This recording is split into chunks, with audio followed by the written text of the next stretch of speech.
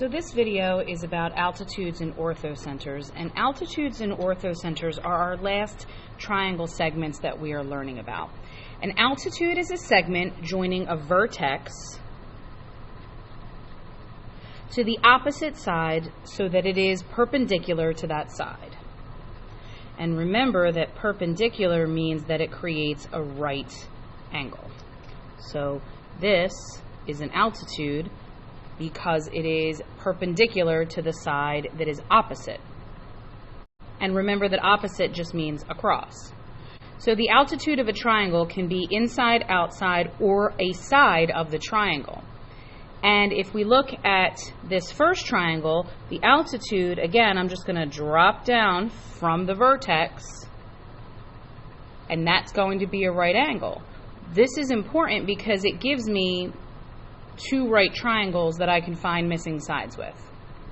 If I look at this triangle over here and I want to make an altitude from this vertex, this altitude is going to be on the outside of the triangle because it's going to drop straight down and it's going to make a right angle out here. So sometimes altitudes can be on the outside of the triangle, and then sometimes we just have a right triangle and this side can be the altitude.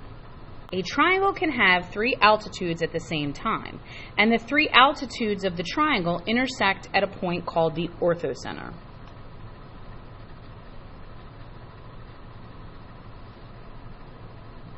If we look at this diagram, we know that the altitudes are as follows. We have from the vertex to the side, and then I have my right angle, so that's going to be BF. Then I have from the vertex to the side, and it makes a right angle, so I'm going to have segment AE. And finally, I have from the vertex to the side opposite, and I have the right angle, and I'm going to have segment CD. And again, they all meet at a point called the orthocenter. In this case, P.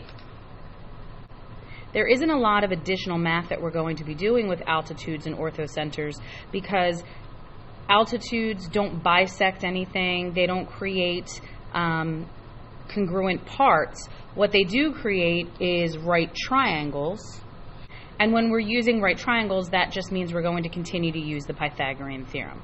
Now we're going to take a moment and review the names for the different centers of triangles. The circumcenter is created by the intersection of the three, and this will be perpendicular bisectors.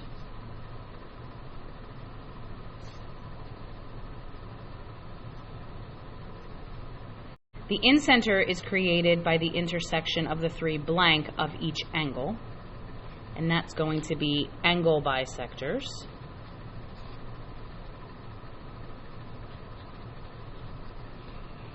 And if we remember, the centroid is created by the intersection of the three blank of the triangle, and that's going to be medians.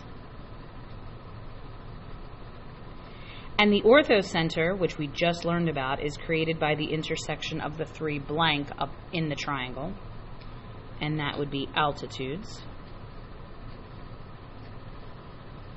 And a blank is equidistant from the vertices of a triangle. So remember, that would be from this segment to that point, and that point would be known as the circumcenter. And a blank is equidistant from the sides of a triangle. So it's going to be an incenter is equidistant from the sides. That would be from the right angle to the incenter. Please make sure that you know all the names of the centers of the triangles, because moving forward we are going to be using all of these definitions on the same worksheets.